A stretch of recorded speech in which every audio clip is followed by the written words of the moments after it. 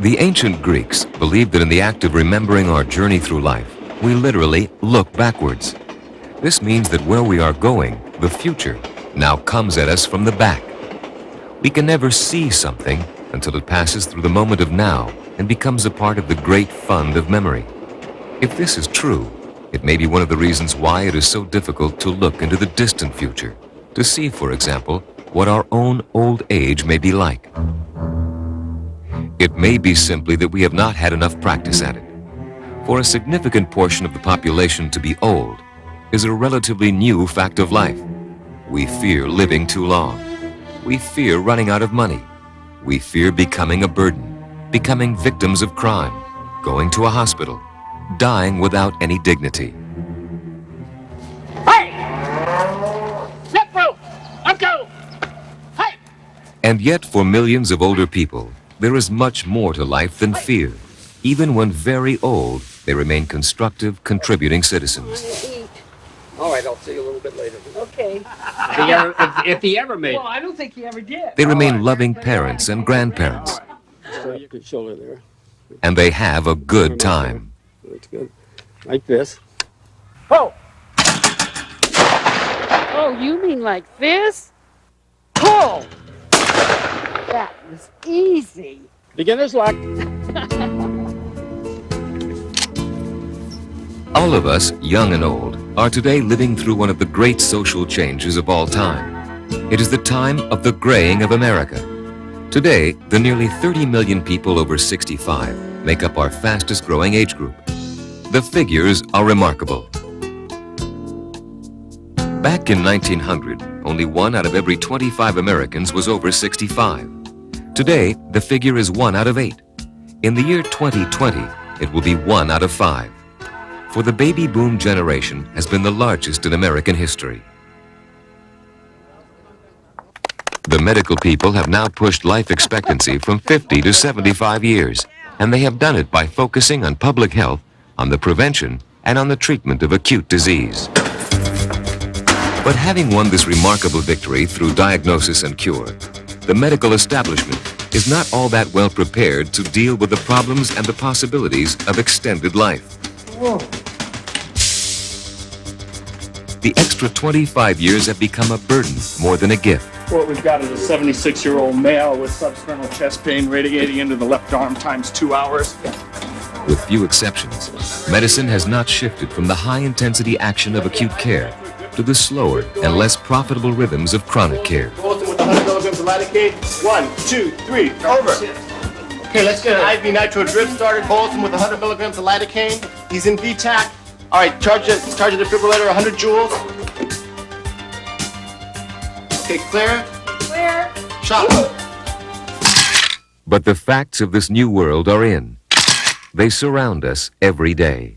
1/4 of all suicides occur amongst people over 65 years of age. Hispanics, blacks, and low-income people share a disproportionately great number of the medical problems of aging. 80% of elder whites with annual incomes under $5,000 are women. Only 5% of older people get financial help from their children. According to a recent poll, half the American people believe that Medicare protects them against the cost of long-term care. It does not. Medicare pays for only 40% of the senior's health care bill. We have 29 million people over 65 and less than 500 formally trained geriatricians. There are 127 American medical schools. Only 36 of them have a department of geriatrics. Older people are the poorest segment of American society, and also the richest. Today, 265,000 millionaires are drawing their Social Security. Yes, the facts. Some are encouraging, others disheartening. But the most remarkable fact is that in spite of all this communicated information, the problems of aging have gone largely unnoticed, have been left largely untouched. Just gonna wash off your back a little Dignity or despair? Which path? Many factors come into play when we face these questions. In medicine, as in most aspects of American life, the bottom line is the great controlling factor. So where do you want to go? What do you say we go to the park? That'd be nice. And yet, the caregiver can bring something that goes beyond the rules and the money and the payouts. The caregiver can bring a touch of humanity to the process. the simplest act of affirmation or affection can help bring dignity and ward off despair. Food certainly comes piping. As we listen today to some real people who are facing the real problems of aging, we shall be listening to that great teacher, life itself.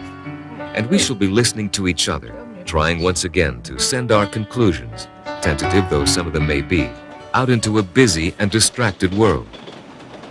And as we do these things, we perhaps will conclude that the old Greek theory was not correct after all, that we can look forward to the future, that we can perceive the problems and uncertainties as they come at us, that we can plan for them in an intelligent and humane way, and that we can carry our plans into action, so that those remarkable last 25 years of the journey can be good years, not only for the older people, but for those close to them as well.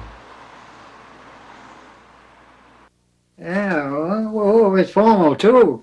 The guys used to go to dinners, dances, and everything else with them. The time that Marion spends with her dad, even though it's during the day, she's exhausted. I mean, she's physically exhausted, and she just doesn't have the energy left to spend any time, with me as a couple, and that's difficult. And she doesn't have any time to spend with the children either, which is very difficult. So it creates an enormous amount of stress and resentment and tension, and it's not a healthy situation at all. Marion's younger brother, Kevin, shares with her the full-time care of their father in his own home. All right. Hi, Kev. How was your day? Oh, I just about got through it. How's Dad doing? He's fine. He's had a good day, and he's all set. Okay, I'll go up and take a look, see how he's doing. Okay, I'll see you in the morning. Yeah, see you later. Bye-bye. That's incredibly fatiguing, and that's my main complaint is by the end of the week I'm very, very tired. Her mental condition is what really worries me in this whole situation, is her ability to balance all these jobs that she's taken on, all these additional responsibilities, and still be able to think of herself as a capable wife, mother, nurse, and now full-time caretaker for her father. I'm one of the youngest. I'm female, and I'm a nurse. I don't know whether that's it, or I've always been the voice that my father has come to in regards to medical terminology, and it just evolved into this relationship where I would take care of him. I mean, sometimes you kind of feel like he takes it for granted that this is your job, you're supposed to take care of him. And, well, he told me one time, he said, well, I used to change your diapers, now you're changing mine. So, it's like the roles have really changed. Things I'd like to do, you find out, well, I can't really do because I can't get out to do them. Or I either miss things, or if I try to plan on them, I really got to change somebody else's schedule to plan on getting out. And it's, some days you kind of feel like you're sort of in like a prison or something, that you really don't have control of your own life, your own time. There's got to be a better way. I'm sure. There isn't, Sean. There just aren't any options here. Either someone has to come in part-time or full-time. If Kevin comes to a point where his work is being affected because he's taking care of Dad at night, we'll either have to get 24-hour care for him or put him in a convalescent home. I know he does not want to leave that house. He's suspicious of us, his kids, of wanting to take his house. Can you imagine trying to get him into a convalescent home? It's a really tough situation. It would just be nice if there were some other people to help out. I agree. Sometimes I just get so angry. I'm 1/9 of the family. If everyone was contributing 1/9 of the responsibility, Kevin and I wouldn't be shouldering it all. And I have a lot of problems at work. And then I come home. Normally I would stay later at work and try to work on the problems, or I'd go in on a weekend, try to get them behind me. With my time kind of restricted, I'm worried about work, and then I'm worried about at home, so I come home and I'm still got work on my mind all night. So then the next day I go back, I'm still working on work, and it's kind of hard to break between the two.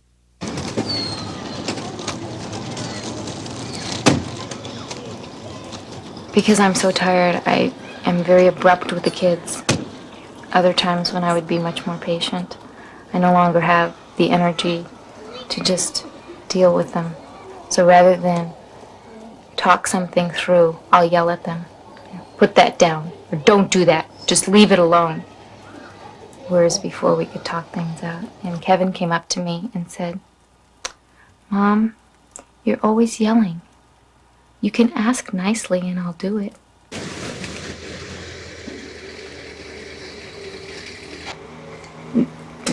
There will be times when I'll be 15 minutes late due to traffic, and he'll sit up and chew me out for, gee, why weren't you here earlier? I think his will to live is the fact that he's in his own home. I don't think he has any idea the load that Kevin and I are carrying, though. Hi, Mary. Morning, Kev. How was your night? Not too good. That kept me awake all night. I didn't get much sleep. I'm kind of dragging this morning. Have you heard from any family members? Yeah, Paul called last night and made a suggestion about I should put a shower in for Dad. Why doesn't he do it? I'm just now starting to verbalize more that it's getting to be very difficult.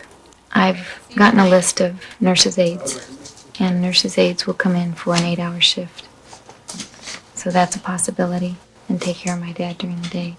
Now that relieves me, but that doesn't relieve Kevin of the other 16 hours. I'm just going to wash off your back a little bit. Well, my father's always been a very independent man. Up until a year ago, he would actually hop on a bus and go to Chinatown to buy his fresh fish. And even now, he's very strong-willed. And I just can't bring myself to put him into a home. All right.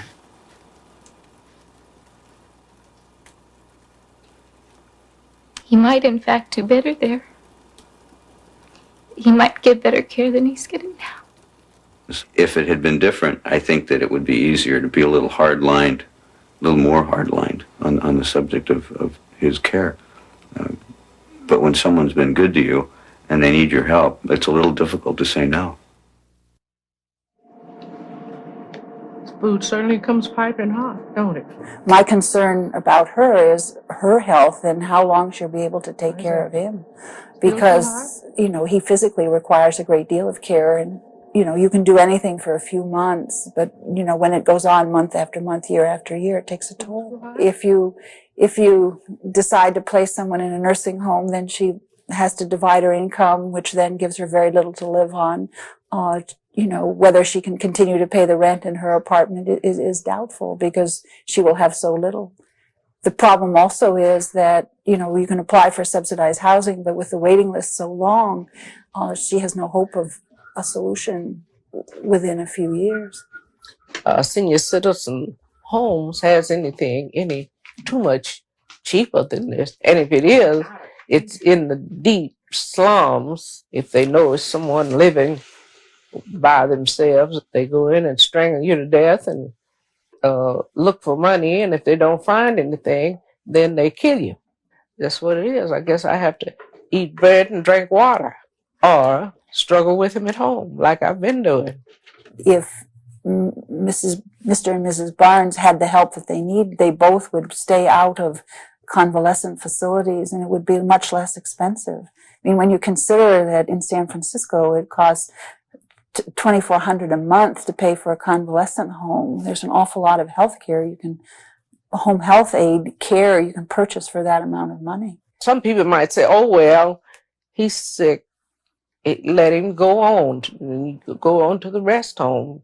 And whatever they're going to do, regardless to what and how the person is suffering. I think for many people, they want to take care of their relative, but they can't physically do it, and doing it 24 hours a day, 7 days a week.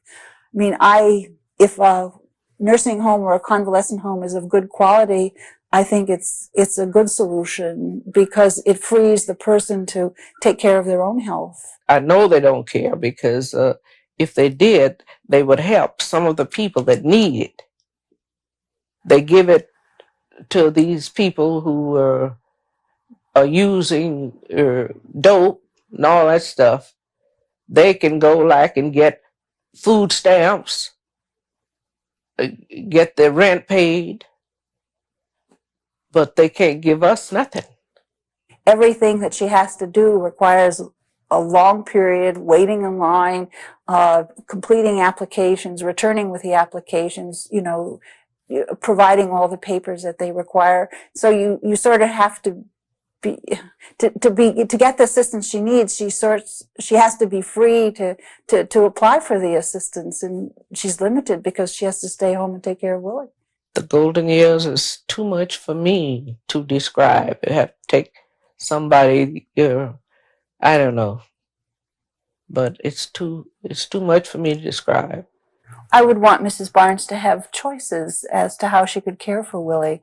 I'd want her to be able to keep him at home, and that she would have help at home, and that if she needed a week off to go and visit a relative, that she would be able to place him in a place that he'd be well taken care of for respite care.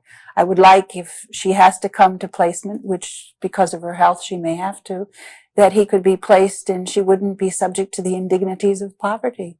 Mrs. Barnes and Mr. Barnes have worked all of their life.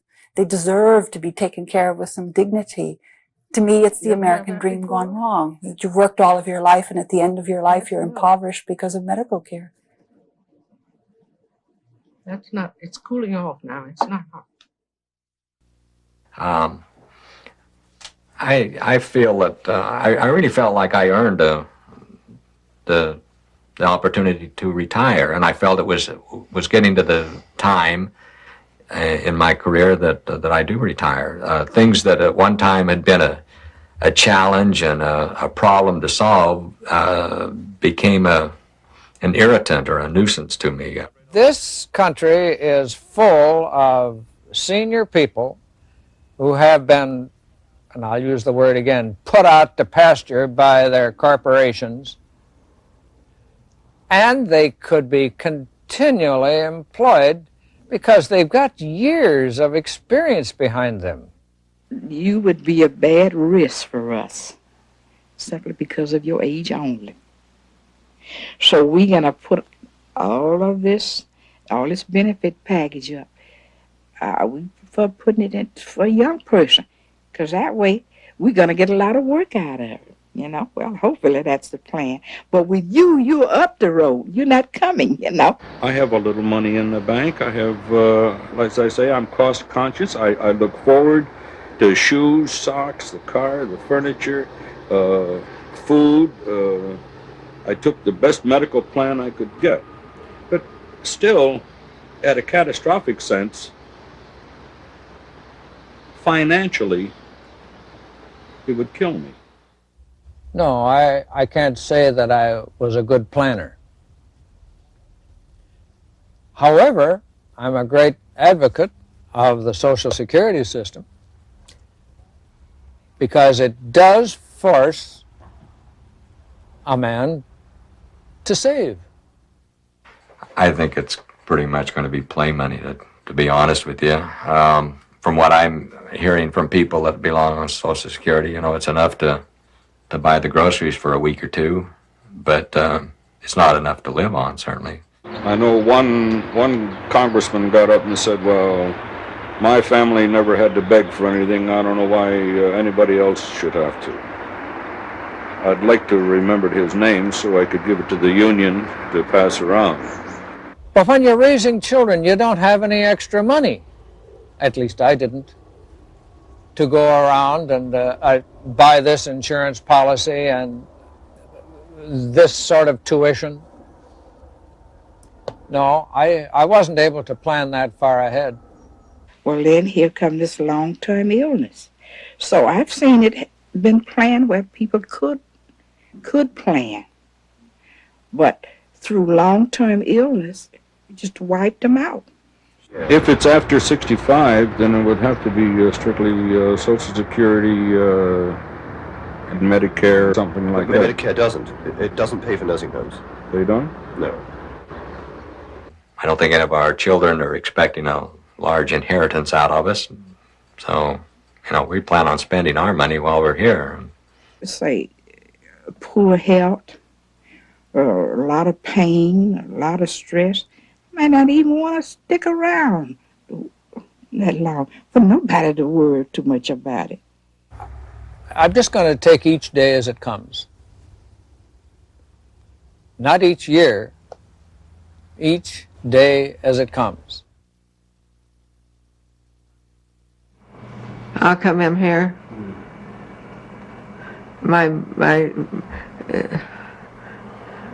I don't know. I feel abandoned by my daughter and her husband. I have no dignity at all anymore. Insurance companies reimburse you for providing a service to people who are acutely ill, for institutionalizing them, for continuing that institutionalization.